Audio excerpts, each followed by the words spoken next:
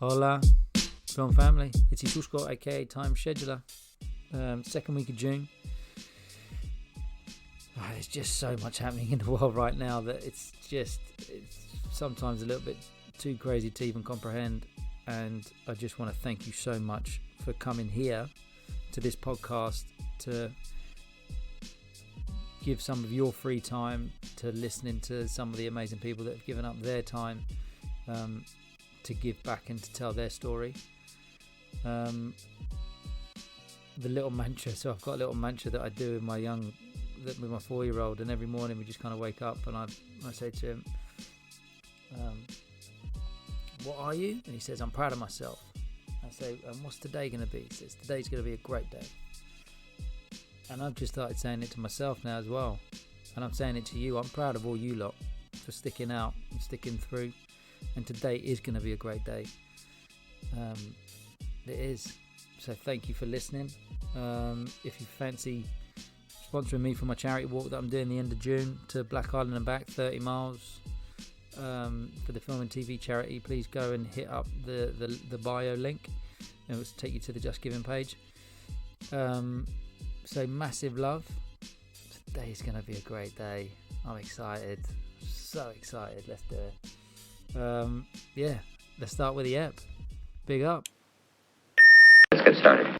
So, ladies and gents, welcome to another epic, wicked, legendary episode of the Film Gods podcast. It's a hashtag trending because we're going to talk about shooting as restrictions are being lifted. So we're going to talk a little bit about that, and we're going to talk to a woman who is amazing at her job, is a friend as well, which is always lovely, and gave my little sis a real boost of confidence by making her look absolutely stunning on her wedding day. So for that, I will be and always eternally grateful. So thank you, sis. So without further ado, what is your name and what's your role on the call sheet? Hi, Zisco. I'm Danie Farrington, or Danielle Farrington, and I'm a hair and makeup designer. Amazing. So what does that mean to you? What does the role mean to you? So I predominantly work in commercials and TV at the moment. I do the odd short film. Nice. I would predominantly work with directors directly and coincide to create different hair and makeup looks, depending on what the brief would be. Mm-hmm. And what does that process? How do you initiate the process then for a job? Have you got mood boards? What's your creative process? So normally I'd have a chat with the production company at first, or the director, depending on who would bring me onto the job, essentially, and kind of get a feel for what we're shooting, the aesthetic of the job, how it needs to look, and what we're trying to achieve ultimately at the end of the day. And I would bring my ideas or creative ideas to the forefront, work with people on that and get feedback, give my feedback until we come to a creative look. Nice. And just because this episode we're going to kind of mainly talk about a job that we've been talking about offline and the process, how the process have changed through the COVID restrictions, all the rest of it. Just give us a little history into how you got into the role, a little bit of advice maybe for that next generation that want to come in and want to be a makeup artist, and then we'll get into the hashtag trending section. Great. So I originally started off doing fine art, believe it or not. The Picasso of faces. There we go. Before I even considered makeup as a job, I was an artist to a degree, and I was influenced by a friend actually at a very early age that you could work in film and TV, which to me was just the ultimate dream job, was to create and to have what our creation was on a screen. That was the ultimate goal. And as a makeup artist, or as something else, as an art director, or what was that first little film dream job?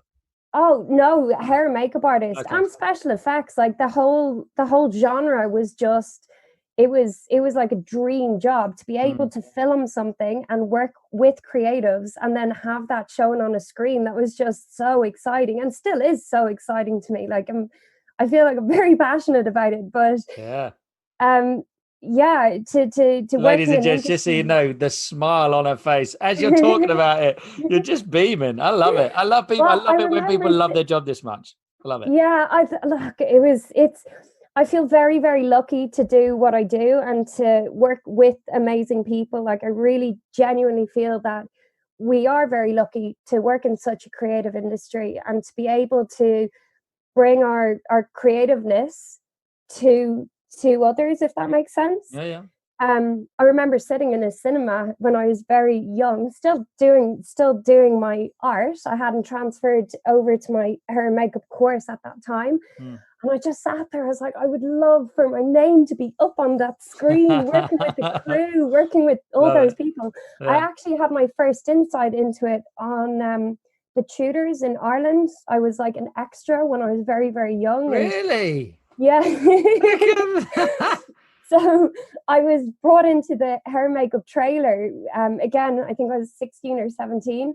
And it was just so exciting to be Wow. around all these men and women that were just, it was amazing. I think all I was doing was having muck put on me, but even that was just exhilarating. I was like, how do they make this mud? And yeah, it was crazy. Oh, amazing. Like So you it kind kind of of started from there. okay, and that process of fine art into makeup, was that an easy Yeah. transition? Did the fine art help or Oh, 100%. I yeah. mean, I think having any type of art background, doing what we do is a great help. It helps lead to it just makes the process a little bit easier. Having that knowledge behind you can transfer directly over into hair and makeup. It Mm.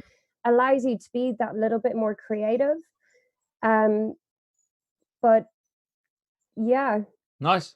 Yeah, sorry, cool. I've gone off on a little bit No, of a it's good. tangent. It's great. No, it definitely aids work in general. Is it like, kind of working on a painting and working on a face? Do you have to, is there so many similarities that all of a sudden the face just becomes this kind of clear, like, oh, I can't think of the word, but it's canvas. Canvas. Yeah, is it Yeah. like, do you see it as your canvas?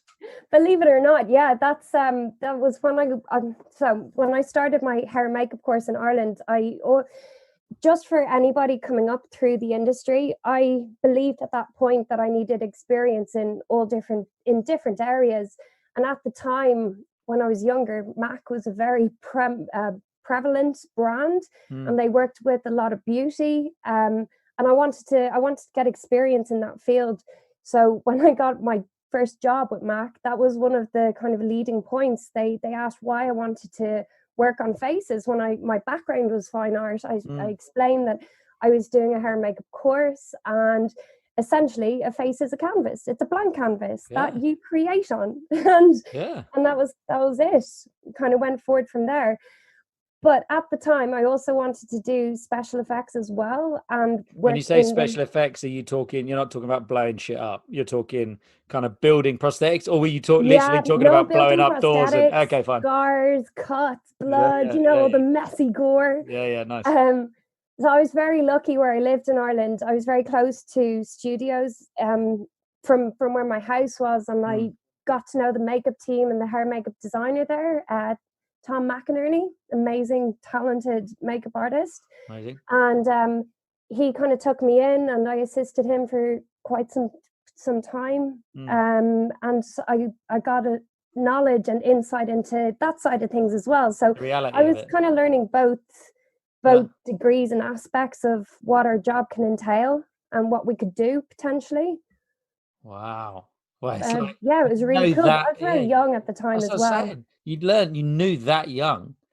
Most Yeah. 16-year-olds are just like, oh, I don't know, I just want to play on PlayStation. You're like, I I'm think going out, I'm doing I was it. about 17, 18 then, but yeah, it was I wasn't getting paid for any of it. Not that I should be saying that, not that people work for free, but I was willing to give my time up. Literally all I wanted to do was be around people that were doing what I wanted to do, if that makes sense. You're giving your time for minimal financial Yeah. gain, but you're gaining experience that's probably worth more than the paycheck would have been anyway. Yeah. Yeah. It was So just that fantastic. with that and being where you are now, what advice have you then got for your younger self? Have you got anything that you'd be like, this is the nugget that I wish I'd known when I started the industry? I would just advise anyone to work at their craft, like love what you do and really be passionate about it. Try and assist as much as you can, work with brilliant people, just keep working at it. Yeah. um, there's no downside really. Obviously, you don't work your entire life for free, but if you value what you're doing and you think that that's going to benefit you in the future, or you're just really passionate about the job that you're being offered experience on, experience is key. So as much as you can get from an early point is invaluable. It is a little golden nugget. Yeah. Boom. Anything else you've got that you want to say to the next generation? Yeah.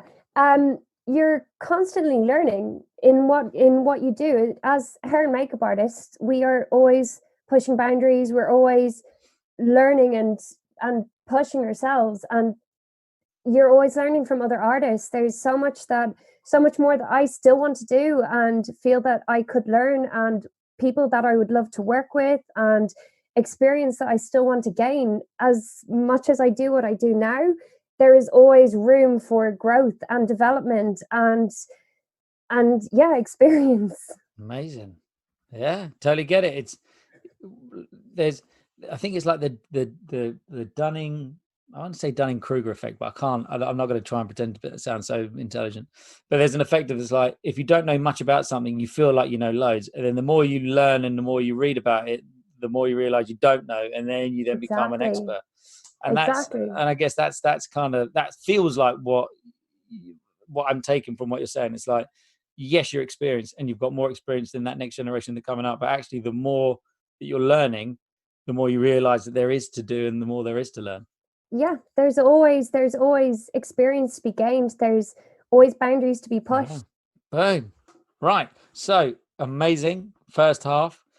Now let's kind of the hashtag trending section of it is, what has COVID done and how is it, you let's go straight into it and let's talk about the job that you did. Was it last week before? It was about 3 weeks ago now. Wow. At this point. God, the flying by. Yeah. So Just early talk us through stages that. to a degree in lockdown. Hmm. So we shot a commercial during lockdown completely remotely. Amazing. It was very, very strange and new in comparison to what we normally would work like. Yeah. Obviously having a lot of interaction with a lot of crew and actors and actresses, actors. Yep. It was very interesting, really different, quite a challenge. We weren't sure how it was going to go, but it worked out really, really well on all aspects. I feel it did. I was going to say, just talk us through how your pre-production and your production, just how did it differ? Because obviously it differed because you weren't there applying the makeup yourself, but let's just start with the pre-production side of it. Did any of that change? Did you have to prep differently for it? There was a little bit more prep involved just to secure looks more to a degree, where sometimes on set we can bring the actors to the director, get sign off there and then on set. So a lot of that had to be done pre-shooting, so that in order to enable the actress to execute the makeup well and accordingly, we needed to have a couple of sessions of going through what we were going to do on the day. So there was a lot of pressure on her side because she was doing her own makeup, doing her own hair, and she still had to perform as well. So I wanted her completely comfortable by the time that we were shooting, that it was part and parcel of a daily routine, essentially. Amazing. So it wasn't something that she would have to worry about on top of her performance. So yeah, everything had to be very well decided and in place before we began to shoot. And do you just use whatever she had, because it's like naturally you would turn up and you got a bag of stuff that Well, that's it. A couple of cases in yeah. total. The lorry, just Yeah, well, articulated lorry full of that gear. was it. Hey guys, can you help just lift this up the stairs? Yeah, no, that was another challenge to a degree. I mean, I say challenge. She was very well equipped in a way.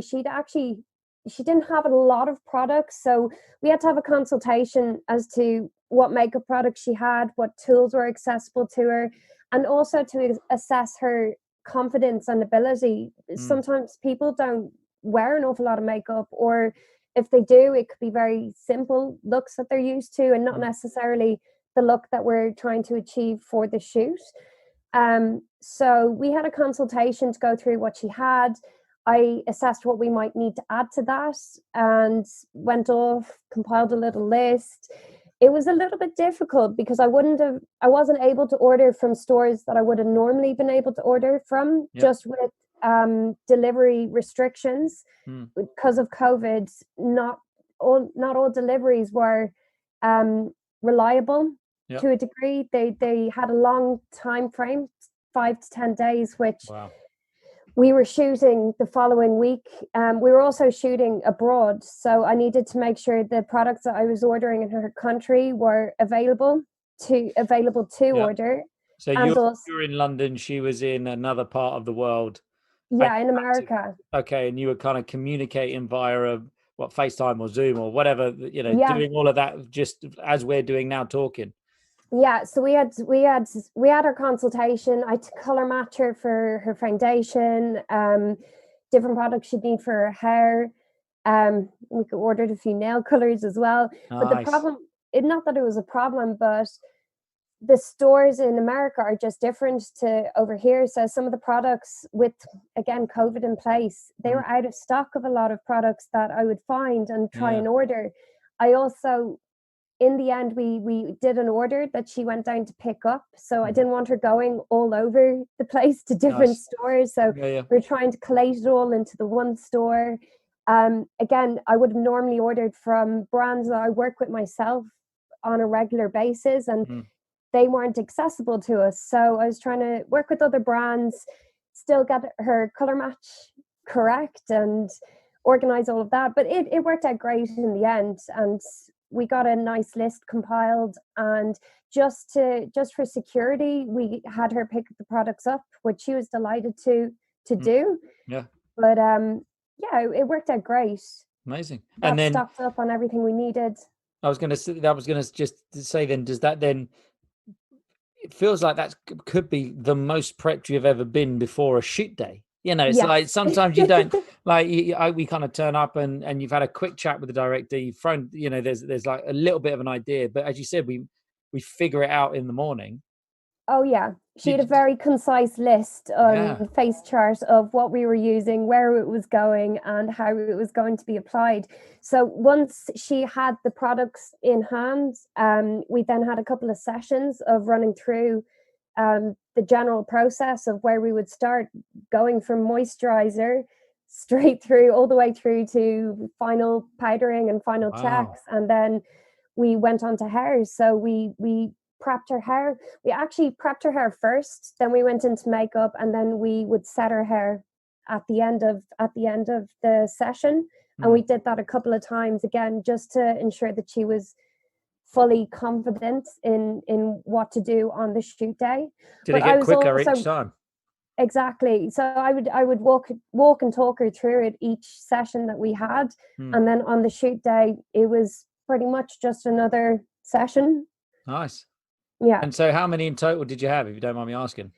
I think we did 3 sessions in total. Possibly, no, it was 3 sessions, including the consultation. So the consultation, we didn't actually go through the application of the products. That was just more chatting, getting to know each other, familiarizing ourselves with each other, and again, just assessing her ability. She was really good, bless her. She was really keen and really eager, which it helps when people are. She was very willing.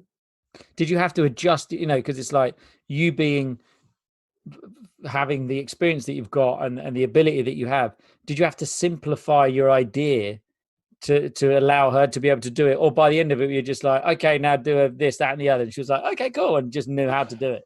Yeah, to a degree. So I actually thought when I worked for Mac years ago, I thought for them, and that directly aided the kind of process, because I was able to translate what I needed her to do into a very simplified form, if that makes sense. Yeah. I mean, we do it as hair and makeup artists anyway. I tend to over explain things as I go in general, but I wanted to make it really easy for her to apply in certain ways to achieve the effect that we wanted, and to get an overall good feel for her look. But yeah, there was a lot of technique involved in it that I wouldn't necessarily use on our day-to-day shooting.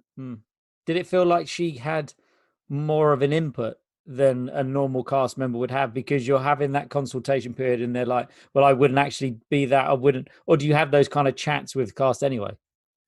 No.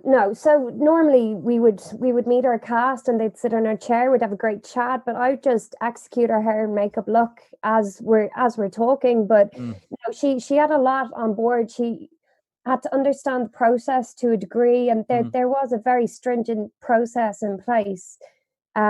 Again, going from moisturizer then onto contouring, onto foundation, onto powder, onto her brows. There was a lot for her to deal with. So the initial sessions that we had, I think that the first time we executed the makeup, it took us about 2 hours, which in the grand scheme of things isn't a very long time for somebody who doesn't do hair and makeup to do an entire look for commercial standard. It could be a little side hustle. This is like, you know, there's going to be people listening going, fuck, I want to learn how to do that. You're just going to get hit up on emails. Just like, I'll give you 2 hours of my time. How much? And then the shoot day went well. You know, what were checks? Were you watching? Did you not? How does it work? Yeah. So we actually did it via Zoom, and she had her phone with her on the shoot day. So I was doing checks over WhatsApp. Love it. And I had little arrows to where I needed her to shimmy her hair down or tuck it in, and possibly powder. She needed a bit of powder. But I think it was very securing for her to know that myself and the stylist were eyes on her the whole time. So she felt confident that as even though we weren't there physically watching her on set and being able to jump in like we would, we still had her back, and we were still visually there to give her any support. Exactly. You had her, but you know, she wants to look good in front of camera, and you're there to help her make that happen. Exactly. Brilliant. And to tie in with the client's brief and the director's brief, it just it tied in really well, and it worked out very seamlessly. So any lessons learned then moving forward? What would you have done different, or was it just a really good first time workflow? It was a really interesting job. It was really innovative. I think to be able to, for the whole crew to be able to pull together like they did, and everyone work to the same standard that we would normally work to physically on set, to be able to do that remotely was quite remarkable. As I said, we weren't sure how it was going to go entirely. We were very confident, but you never know with these with something that's so new and innovative. We just didn't know if it would. She could have had a meltdown on the day. A lot, but she didn't. And everyone really pulled together. It was great. It was great. The director, the stylist, production. It was really, really cool. We had remote walkie-talkies on we used an app called Unity. I've just downloaded that for the one that I'm on. I haven't used it. Any good? Yeah, it's great. So I was able to communicate directly with the director through Unity, with the stylist. We were able to chat about anything that we might need to reference back to the actress and her husband as well. He was our background or our essay. Love it. AD/camera assistant Slash everything. Yeah. He was actually the DOP on the shoot as well. Of course he was. Love Yeah. it. Yeah, it was fantastic. Quite a collaboration. Love it. Well, look, Yeah. amazing. It's a great chat. I feel like that was like a nice, concise, condensed kind of vibe. You got the building work. It sounds like outside. I've just shut the window. Yeah, You keep that Mr. Busy. You get him building loads of stuff. that's it. So I always love to give the end of the ep to the guest in case they kind of wanted to kind of give a shout out to someone or something or a charity. Like, if you got anyone or anything that you want to give a bit of a shout out to. Our whole industry. Nice. Just to say things will go back to normal or some form of normality, and there is light at the end of the tunnel. It's, again, we're very privileged to do what we do, and during a pandemic like this, we just need to all stick together. What?